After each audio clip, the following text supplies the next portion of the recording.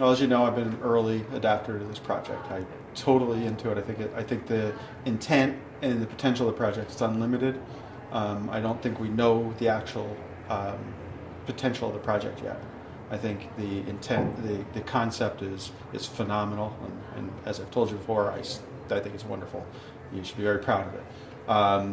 So I think that what I've seen of the project so far, that some of the interviews are not tapping the expertise that we want to see. Same as the reason that you're doing this project is that the education and practice in general is not tapping that expertise, so that it's comprehensible to students, first of all, which is the only future this industry has, but also to our clients, because we are not good at relaying our expertise to our clients effectively.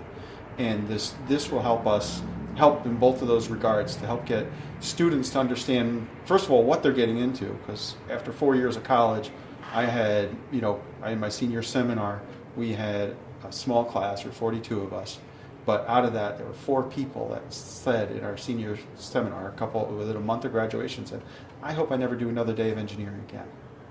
That to me was a crushing blow. I can't imagine how anybody could spend 4 or 5 years of their life and say, "I hope I never do this again." But it'll help any students to really understand what they're getting into, what they need to learn as they get there. Realize that they get out of college, they don't know anything.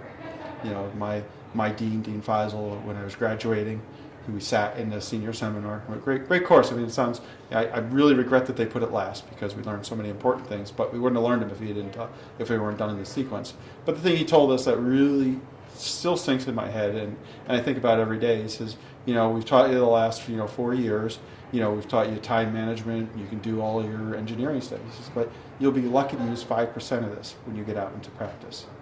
Now, I think he was overestimating, because I'm not sure I've used 5% of what I've learned in the explicit sense. Everything underneath it I've used countless times. But I think that this project will help to bring that to light, to show where the deep layers of actual engineering are, and the potential for what you're doing. It's not all numbers like everybody thinks. It's not all just well, this is what you do and this is what the textbook tells me. And that's the part that they can't teach you in school, and we shouldn't expect them to teach you in school. As long as they realize that their education, when they get out of college, which we're all young and dumb at one point, but they have to realize that it's only the first step of their education. It's not. I know that they call it graduation, and I think that's a wrong term. And I don't believe my college actually called it graduation; they called it commencement. And commencement means to move forward. I'm borrowing this from Brian Tracy, but it means to move forward into your career, and that's really what you're doing.